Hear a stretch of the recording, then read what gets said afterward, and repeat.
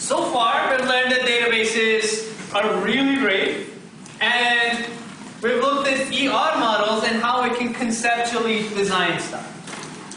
But conceptual schemas can only get us so far. I mean, at the end, we can talk all day about we need to have a student entity, and then we need a relationship here. But we need to have data. And in order to store that data, you need to move away from that conceptual design and have something that you can actually store information on. So now we're going to look at the logical schema and see how we can actually store data based on the ER model that we have. And one of the goals of this chapter would be, how can we take that conceptual design that we had and transform it into a logical design that now we can add and store information on. Okay, so here are the learning goals. We'll revisit them at the end. Make sure you go through them and you know them pretty well by the end of the lecture.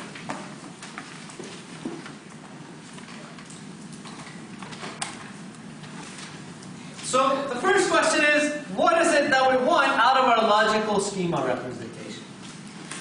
We want to have the ability to store data without really worrying about, am I going to have enough room to store that on my physical drive? Ability to query that data easily, that's really important. A representation that's easy to understand, so when you look at it, you get a good understanding of what it is it's doing. A representation that we can easily adapt from the conceptual schema. And this is also very important. We want this to be separate from the application or any programming language. Right? So I don't want this to be specific to the application that we're writing. The software that UBC is using on top of their database management system is totally independent of the actual DBMS, and that's very important.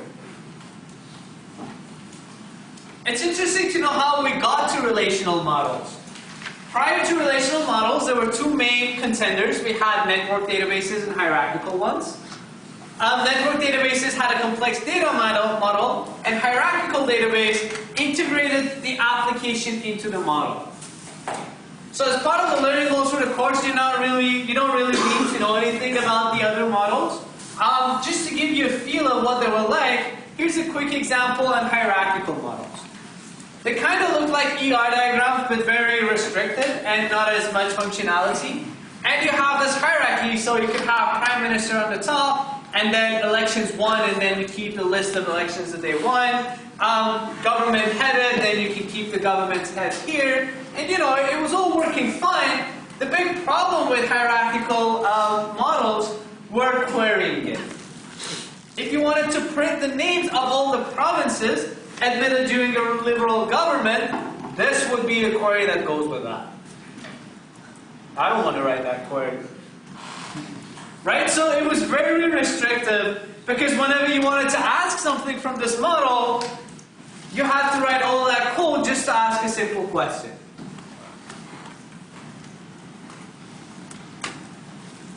In 1970, relational model came to the rescue. It was introduced by Edgar Cott, and is currently the most widely used model today. We have other competitors, but really none of them are even close to relational models.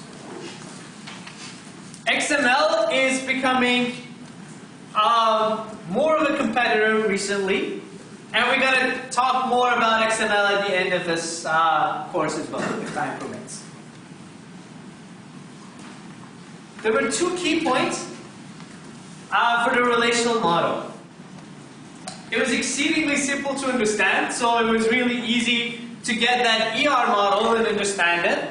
And these are the main two points that were really important. Physical data independence gives you the ability to modify the physical schema without changing the logical schema. So as far as I'm concerned, the way that all this information is stored on disk could be changed, and I wouldn't even know, and I wouldn't even care. Because when I'm working in this conceptual level, I'm not really worried about how this physical level is storing information. Moreover, when I change the physical level, my views or my programs that are running, the applications which are running on top of this DBMS, don't need to really know anything. That's physical data independence. And the second one is logical data independence. Even if I change my conceptual level, still, it could be the case that my applications don't even know I made changes to that database.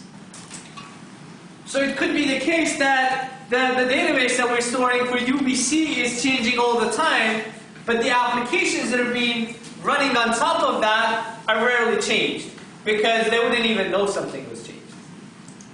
And these two are very powerful.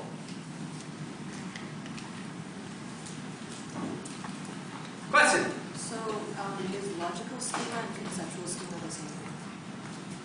Conceptual schema is what we've been doing with the ER models. Logical schema is what we're going to talk about now, which is basically how you can take those ER models and have them in form of tables. Your name? Maggie. Okay, so relational databases. A relation is made of two parts. It has a schema. Let's say for student, you could have student ID, which is a string, name, which is a string, address, which is a string, phone, and major. That could be the schema. And then there'll be an instance where that instance will actually be storing information about students. You can have a relational database schema, which is going to be the schema of all these little tables. And you can have a database instance where now you're storing information about all those schemas. So this is an example of a relational instance. You have a table, so the schema would have been student ID, name, address, phone, and major. And when you populate instances for it, it might be the case that you're storing information about these 4 students in your instance. So attributes or column names, each of these will be called an attribute. You have a tuple row or record for each for each one row inside your instance as well. Question: what would happen if we chose major to be our key? What could go wrong in our model if major is key instead of SID? Where's that? Given that there is a possibility that the major can be null, right? Well, if it's a key, then it can't be null. Then we will end up with lots of students who have the same major problem, and how are you going to sort them? Or how are you going to differentiate them? How are we actually going to get them into the university? So if I was using major instead of SID as my key, then G. Jones would be the only lucky person to get a major in CPSC. And anyone after that, A. Smith, we can't take him in anymore. Because, oh well, we have one person in our major. That's really our key, so sorry, you're late. And if you're undecided about your major, sorry, you can't do that either. Right? So the choices that you make about your relational model are very important when you're actually trying to store data.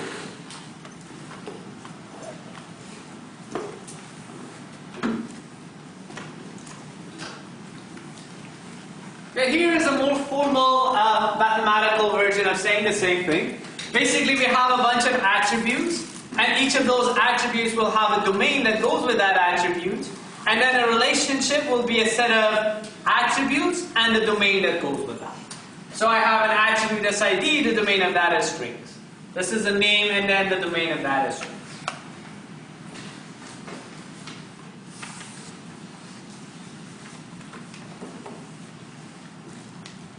So this is what we call a schema, where you have both the name of the column and its domain. However, you see this quite often as well, that you're just going to see the name of the attributes without the domains.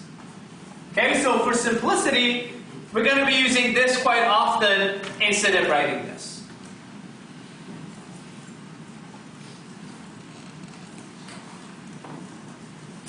Right, let's start with a clicker question.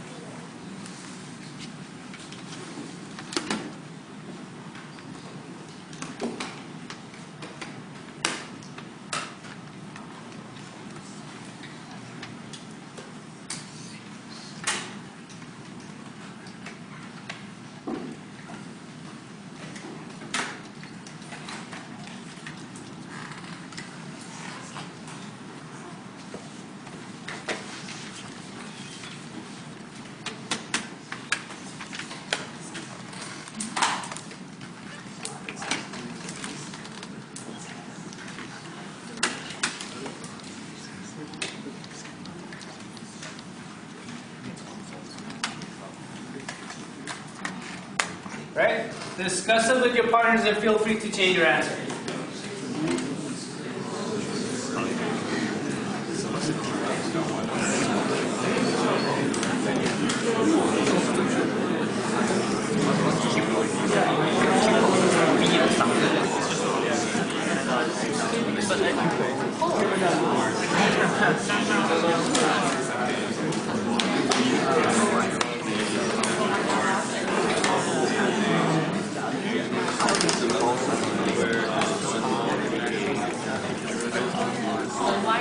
Fortunately, the bad guys are winning in your discussion. You know what? Let's stop it because we're just doing worse now. So it was the case we were at 65%, and then it kept on dropping. Okay, so let's see. R has 3 tuples. 1, 2, 3. We have 3 tuples. Would have been a better example if I had 4 columns at least, so then there was some ambiguity there. B is an attribute of R, so B is an attribute in R. 6, 7, 8 is a tuple. 6, 7, 8 is a tuple, which is in R. The schema of R is R of A, B, and C, so the name of this is R, and we show it with A, B, and C. And we don't need the domains because we said we can drop that if we want. So which of the following is not a true statement? None of the above. They're all true. Any questions? Can you count my first answer? Sorry? Can you rate my first answer? You changed it to the wrong one? Well, the class is participation only, so don't worry about it. Any other questions?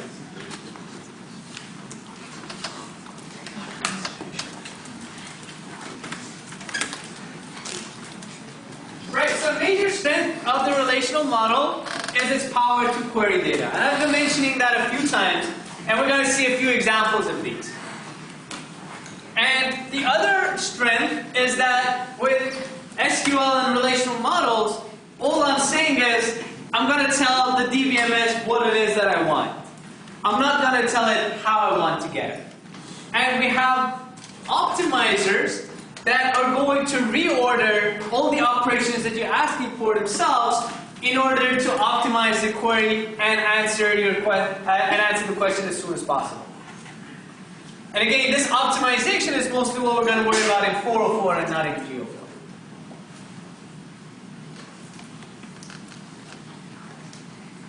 So the language SQL was developed by IBM, and the 2 people that have been most credited with it are Raymond Boyce and Don Chamberlain. We're going to hear these names later again. Raymond has also done a lot of work on normal forms and contribution to different normal forms that we're going to look at later. And Don has worked extensively on querying XML, or semi-structured data. SQL started with something quite small, and then it was kept in making revisions on top of it to make it bigger. We had a minor revision, then we had a major revision, and then there was the major extension on SQL 99. And we haven't had any since.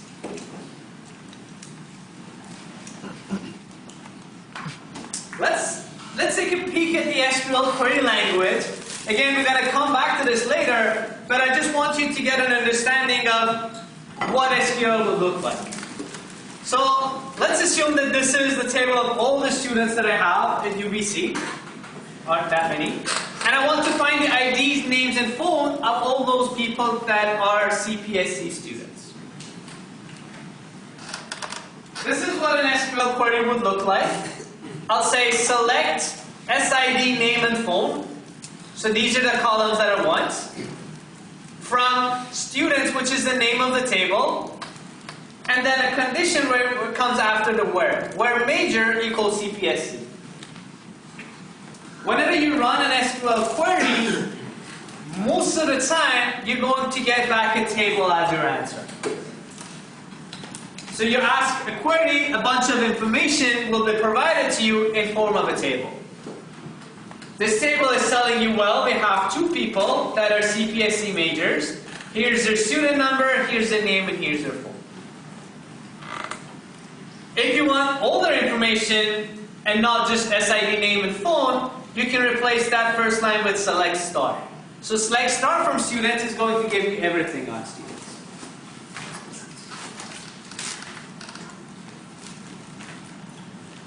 A second example is suppose you want to get information from multiple tables.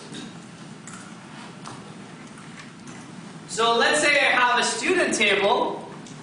This is where I'm storing information on my students, and I have a grade table, and I want to select ID and names of those students who have taken a CPSC course. Okay? So I'm not looking for those who are majoring in CPSC, but I'm looking for students who have taken a course in the computer science department. And to do that, I'm going to say select SID and name. That's what I want from the query.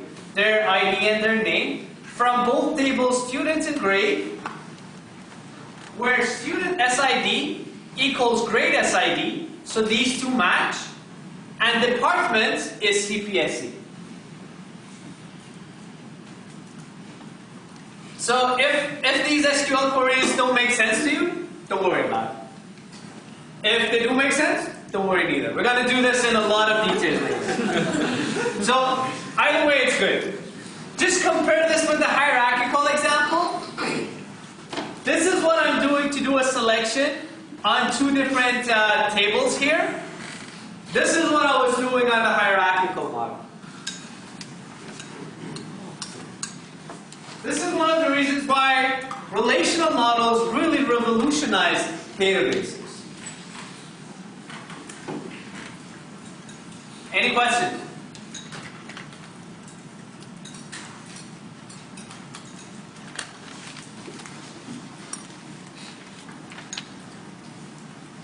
So we're going to look more into how to query using SQL or data manipulation language in chapter 5.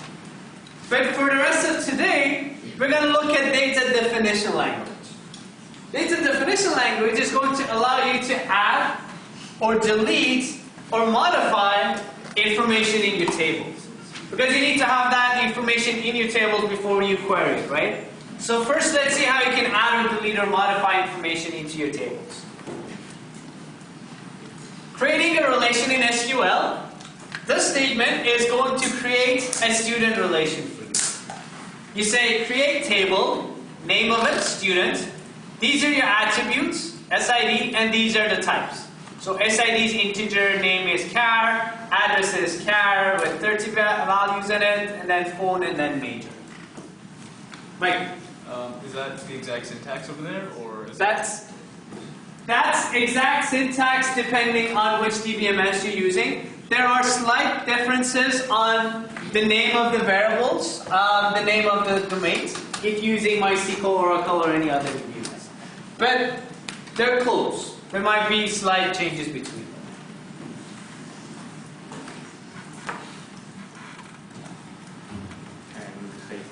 So we were talking about relations and entities. Are relations implied by two things having the same ID, or is there another way of doing that? So this is just an entity for now. A relationship, we're going to get to in a few slides. Good question. Or even not in a few slides, right now.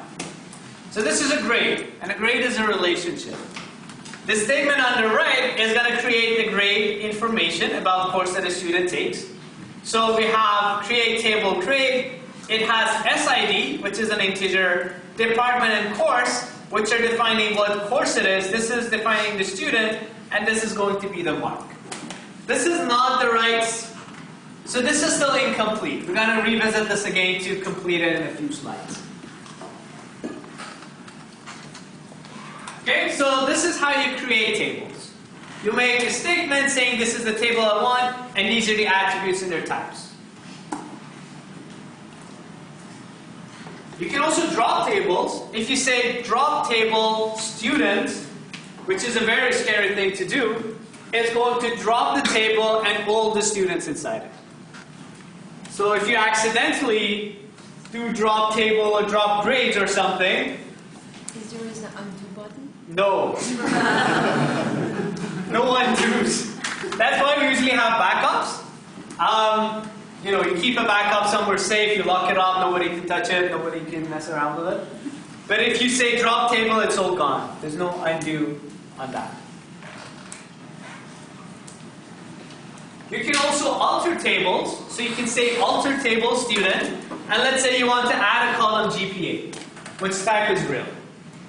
And if you currently have students inside your table, and now you add a column, well, now none of your students have that GPA because you haven't inserted it for them. So it's going to be null for everybody. So whenever you add a new column, it's going to have value null for everybody.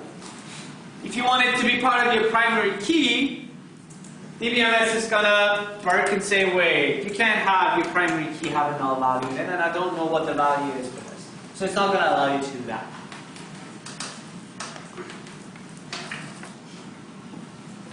Okay, so now we have our table in place. We want to insert values into it. If you want to insert a single tuple, this is what you do. Insert into name of the table. These are the columns, and these are the values. So into student with these columns, and these are the values that you wanted to put in it. And these are going to be corresponding. So this is the SID, this is the name, this is the address, and so on and so forth. You can not mention these again. So you can just say insert into students these values. But whatever happens to you, it's going to be your own responsibility. And bad things may happen. Because you might not be sure about the actual order where you have these inside your relation, and then you might end up with having your name as 1235W33 and your address is GChan.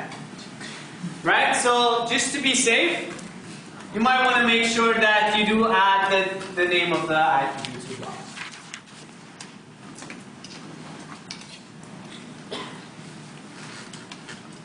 So previously we looked at how you can drop a table. You can also delete only specific tuples from a table. So again, you can say delete from name of the table, student, where some condition, where name is Smith. And that's going to go through your database and it's going to delete everyone whose name is Smith. Again, this is very powerful. And you might be losing a lot of information. Is the conditions satisfying like strict case sensitive, or is it like a part of the string? So the question is, should it really be Smith, or it could be something Smith and it would also be deleted, right? We're going to look at how you can look at conditions in strings later. But if you want it to be whatever Smith, then you'll add stars or percentage signs on the sides as well to say like Smith. As this is written, this is only B Smith.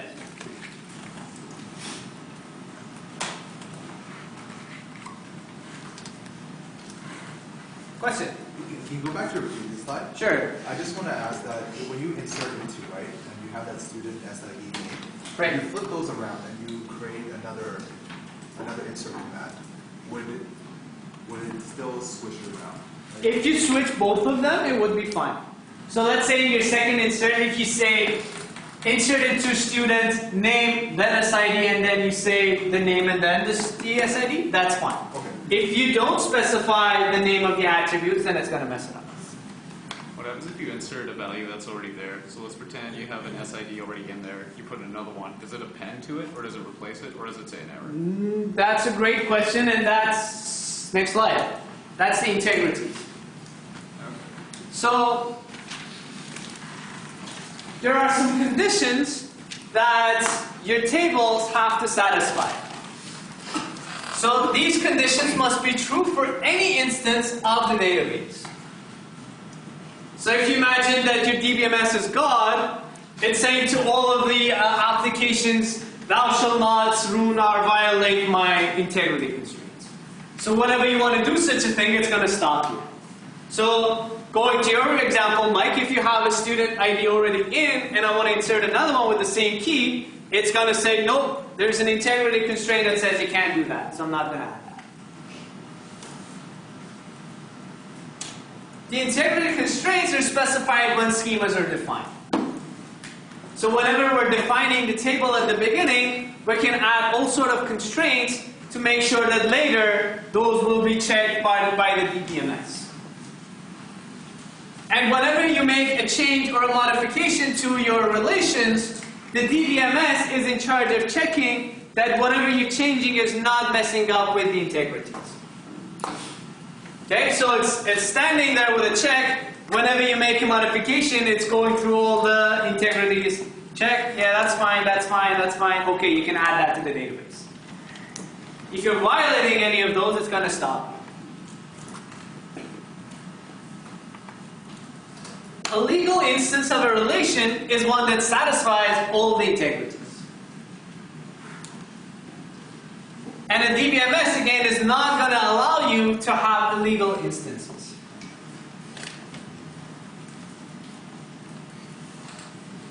The type of integrity constraints that we're going to look at, some of them are going to be similar things to the ones that we had in our ER models. On our ER models, we had keys, we had key constraints, we had participation, and those are the kind of constraints that we want to look into and see how we can add them to our logical model or our tables here. Any questions?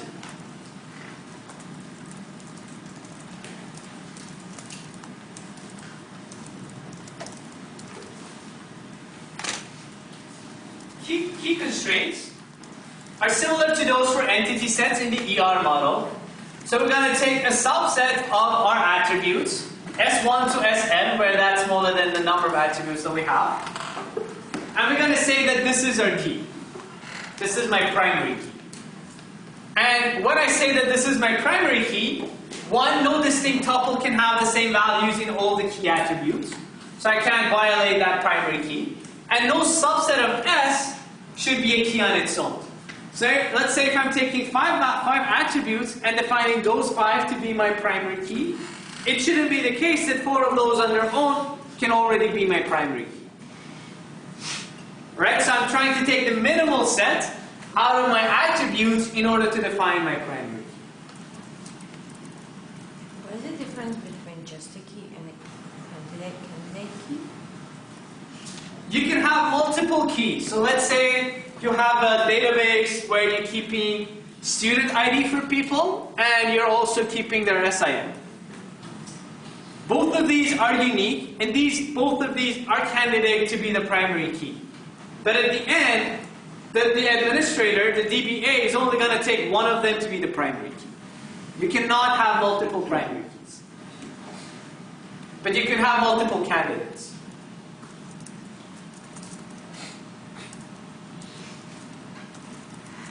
So for example, if SID is my key here, then having SID and mark is not my primary key anymore because it's bigger than what I need, and it's going to be called a super key. Later we're going to talk a lot about super keys. So let's say I have this table grade here, and let's say I'm making SID be the key here. Is that a good key?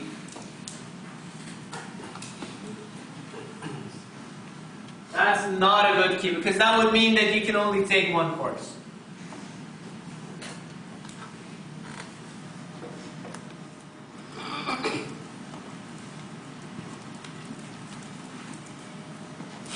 A primary key constraint specifies the table's primary key. The value must be unique and the value cannot be null. Okay, so if you have a primary key, you can't have that as null. Other keys are specified using unique constraint. So if I have other values that I want them to be unique, I can still add a constraint, integrity constraint, saying that this needs to be unique, but I'm not going to say it's my key anymore. I'm just going to say that this is going to be unique. And key constraints are checked whenever you make a modification or whenever you insert something. So let's have a look at see an example here. Let's say that for a given student and course, there's a single grade. So I have students, department, and course, and And I can say the primary key, and this is the right syntax, is going to be SID, department, and course number. I'm not saying there are 3 different keys. I'm saying there's one key, which is the combination of the 3. If only one of the attributes on its own is a primary key, then I can just add this primary key after the name here on the same line. So if only one attribute is my key, I can add primary key on the same line as where I define that attribute. If a combination of a few attributes are my key, then I'm going to say primary key at the bottom, and then I'm going to list all the attributes which define my primary. A silly example would be that students can take a course once and receive a single grade for that course, and no 2 students in the course can get the same value. And that would be silly because there's 120 of you here. So that means 20 of you should get null. And values between 1 to 50, I need to distribute those as well. So, but let's say if I want to say that, I'll have my primary key still be what it was before, but I'm going to add a unique constraint saying that the combination of department, course number, and mark needs to be unique. So once I've given a 95 to the first person, if I want to add the same mark for the second person in the same department in the same course, DBMS is going to stop me. It's going to say, you're violating a constraint which says that this needs to be unique.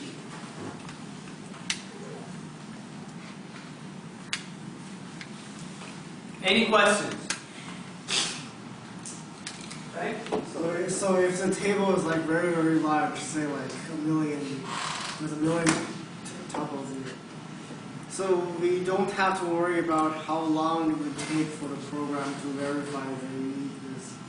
Exactly. Exactly. Because here, we just say what we want. We're not going to tell you, well, you need to go through all of these and check whether this is, to see whether this is unique or not. How it's going to optimize that, it's not our problem. In reality, what's going to happen is that whenever you say you want such values to be unique, a hash table will be created, so it wouldn't actually linearly go through everything and check everything, but rather it has some indexing or a data structure that allows it to check this way. Good question. And again, if my primary key is only one attribute, I can just have it in front of that value instead of defining it at the bottom here. What's your question?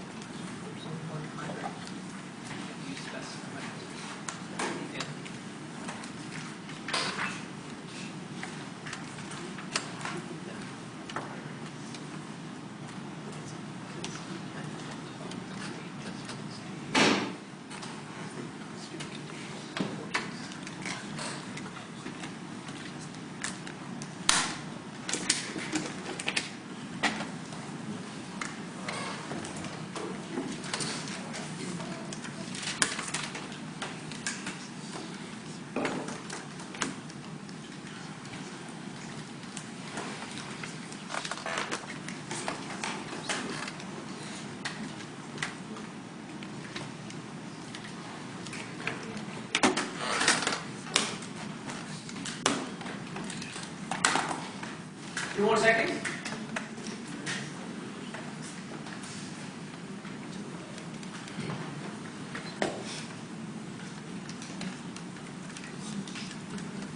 All right, discuss it with your neighbors.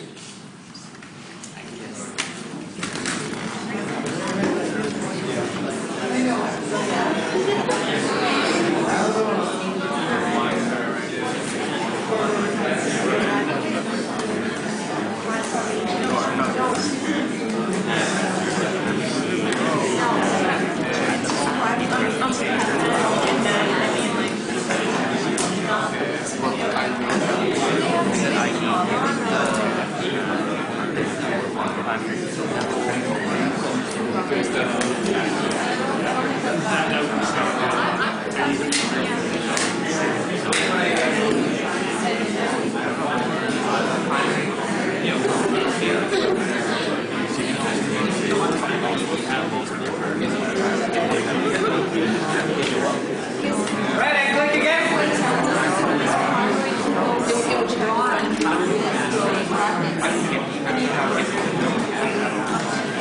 Five, four, three, I never saw you using the word violet twice. 2, 1, and then clicking.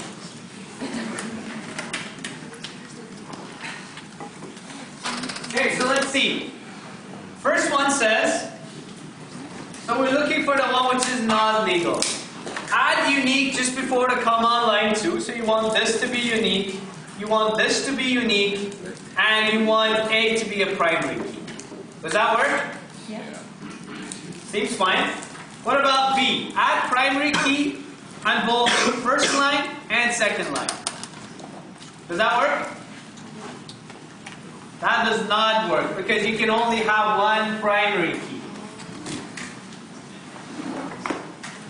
So, first one might not make sense. You don't want the name maybe to be unique, but the syntax is okay. You can have multiple values where each of those are unique.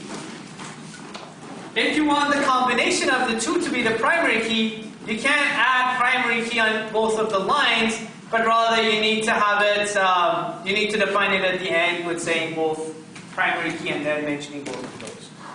And add unique just before the comma on line 1 and add primary key just before the comma on line 2 is also fine. Any questions?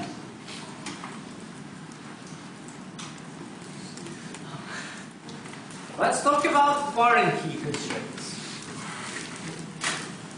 So foreign keys are a set of attributes in one relationship that are used in order to reference another table. And they kind of work like a logical pointer. So inside the grade table, I want to talk about students. So to talk about a student, I'm going to use a pointer to point to that student in a different table, which is my student table. So my grade table will be pointing to my student table in order to define who that student is that's taking the course. And there's a referential integrity when you're using foreign keys. So when you're adding a value inside your grade table, if you add a student ID which doesn't exist, DBMS is not going to allow you to do that again. Because it's going to say, well, this is a null pointer. You're trying to add a grade for someone that doesn't exist. And I'm not going to allow you to do that. DBMS are mean. Like they're sitting there and trying to not allow you to do things you want to. And really, the main reason they're there is because we get a lot of typos. Right? When you're typing, now it might be the case that I mistyped something and it's actually someone else's student ID and the DBMS wouldn't know. But at least they're trying to find some of the potential typos. But all of you have used examples of data models that do not check for referential integrity. Can anyone guess?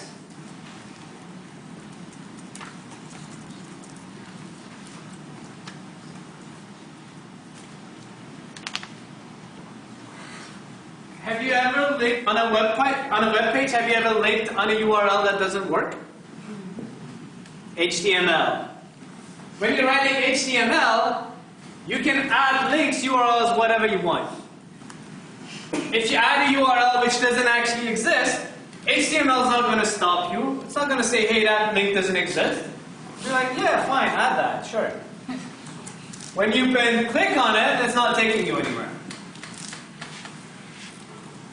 Right? So, HTML is not checking for that referential integrity. DBMSs will be checking for that.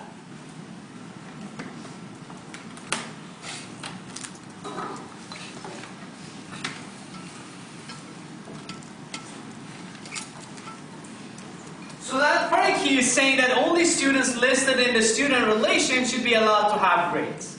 And this is how we're going to say that. We're going to say create table grade. These are the attributes. This is the primary key. Foreign key. This SID that I have here is referring to the SID in the student table. And foreign key, the department and the course that I have inside this grade, they are referencing the department and CNUM in the course table. So now I'm defining that this SID is similar to the SID that I have in the student table. So you need to check this value to make sure that it exists. You need to check this value to make sure that it exists in my students. And you need to check the department and the course number in my course table to make sure such a course exists. One thing to note is that you can only reference primary keys. So when I say foreign key SID, student SID, it has to be the case that this SID is a primary key for student. It cannot be a unique ID. It cannot be just a normal attribute. It needs to be the primary key. If there is any allowance for, in the student table, for those foreign keys to get access to the student table? Can you repeat that? If there is a student table and there is another table, grade, and a foreign key in grade pointing at the students. Right. Is student table is okay? You can point at me and I will give you data whenever you want, or it gives some restriction on it, like I don't want you to access my data. So I guess the question is regarding security, right? Yeah. The question is, when you want to add that, would you have the privilege to check whether that exists or not? Right? That's a way. That's a good question. So it's not going to tell you what's going to go wrong, but when you want to add that grade, it's going to tell you that you cannot do that. If security is a problem there, it's not going to say why or anything, but it says, look, there's restriction on this data that you want to enter, and you cannot enter it. But if you want to add grades, it wouldn't make sense for me as an instructor to add grades for you without seeing you in my list. Or something like that. Right? So if a person has access to grade, then it would make sense for them to have access to those students, or else they can't enter that grade. So we'll be putting in some access limitations, but obviously those limitations need to make sense. One other thing to note is that in this table, I'm using department and course number as the values that are referencing my course table. But here it's called course number. In my course table, it might be called CNUM. So the attributes could have the same name, or they could have different names. That doesn't matter. As long as these two are the primary key which are defined inside course, then this would work fine, even though they have different names. Question? So for the last line, if you take out like department and CNUM, then will it automatically look for the primary key in course? That would depend on the DBMS you're using. Sometimes it's automatic, that if you just say course, it's going to look at the domain types of these and then it's automatically going to match it. Sometimes it'll give you a syntax error, sometimes it works, depending on the DBMS. Oracle would be fine if you take them out, if there's no ambiguity. So if you want them to match, it has to be, you have to list them in the same order. Right. So the first one from this side is going to match the first one on that side and the second one.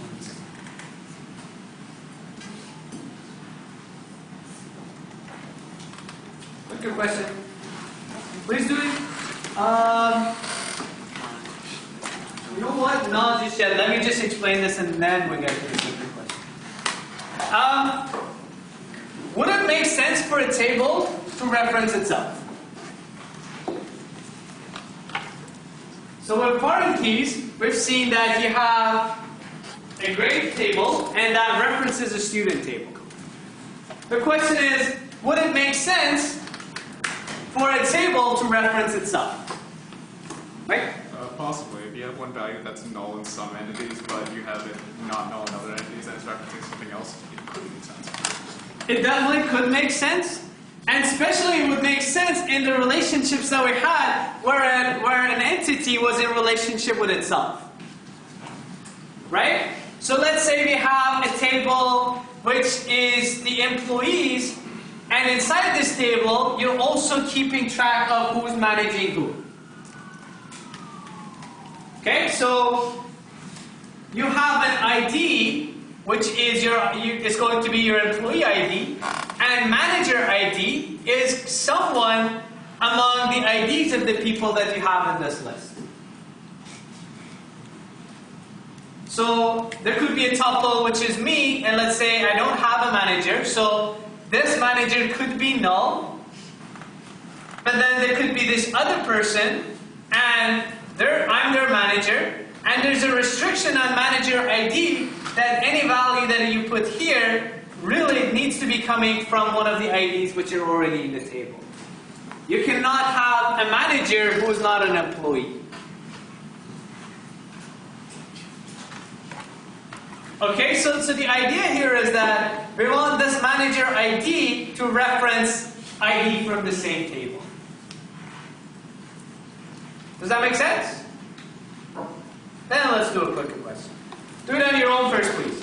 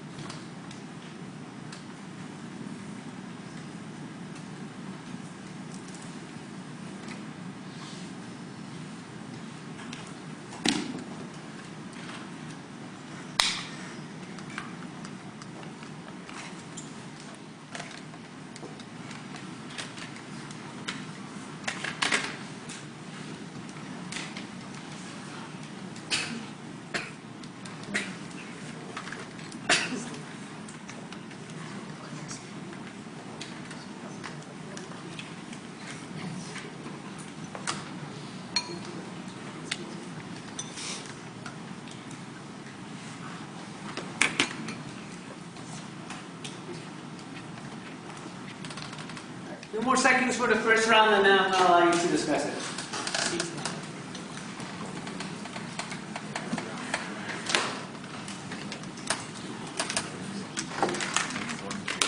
Three seconds.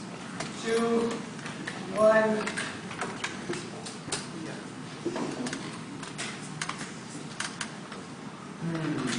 All right, discuss it with your neighbors.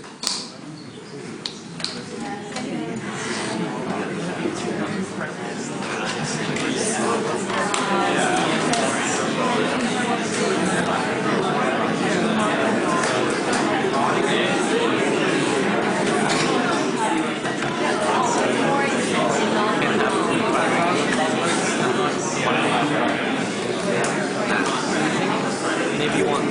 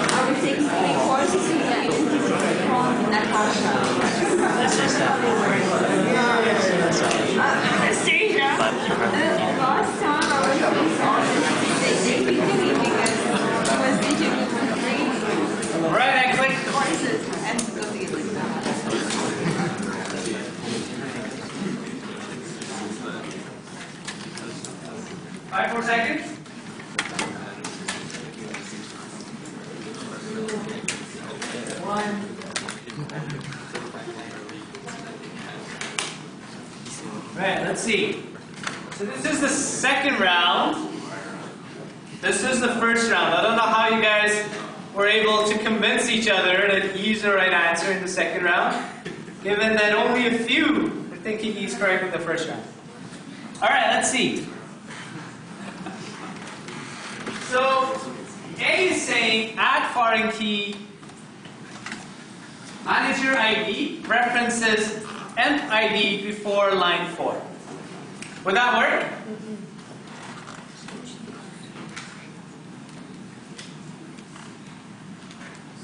Let's see why not each of these. Let's see why each of these wouldn't work. A reference, if you have a foreign key referencing something, that needs to be the primary key. Right? A foreign key can only be referencing a primary key. So this isn't legal because you need to have it as ID needs to be a primary key for you to be able to reference it. Second one has more than one primary key. And again, you can't have more than one primary key. And C again, since there's no primary key specified in this at all, there's no way that you can get a right answer basically. So really the main problem is that first I need to know what the primary key is, and then after that I can reference it with another attribute. Question? It's about the foreign key can be null or not. Since the foreign key is always referencing the primary key, but primary key cannot be null, so how can a foreign key be null? So the primary key cannot be null. The foreign key could be null. Was that a question? I'm not sure if I got the question. Yeah, it is. It is a question of why, because foreign key is always referencing the primary key, but primary key. Okay, so the question is why could the foreign key be null, but the primary key couldn't be, right? Good question. So the primary key could not be null because I need to be able to uniquely identify it, right? Because I need that, I cannot allow you to have a null value. The foreign key could be null because a null would mean maybe I don't know. But it's not stopping me from identifying it, right? So, do I have a manager? Maybe I don't know, and that's fine. That's not taking away, violating any integrities. Maybe I don't have a manager, and that's fine as well. There's one more reason that we're probably going to cover next lecture, and then I can get back to you. Can I get your name? Shirley. Shirley. Question done. And can the foreign key also be a primary key of its own table? Can a foreign key be a primary key of its own table? Then why would it reference it? I mean, like, say you have a table of something that it has a primary key, but the primary key can also be used to identify something in some other table. I'm gonna say no, it can't, but I'm not 100% sure because you get into this recursive notation, right? That a foreign key is defined by the primary key, where the primary key is actually the foreign key.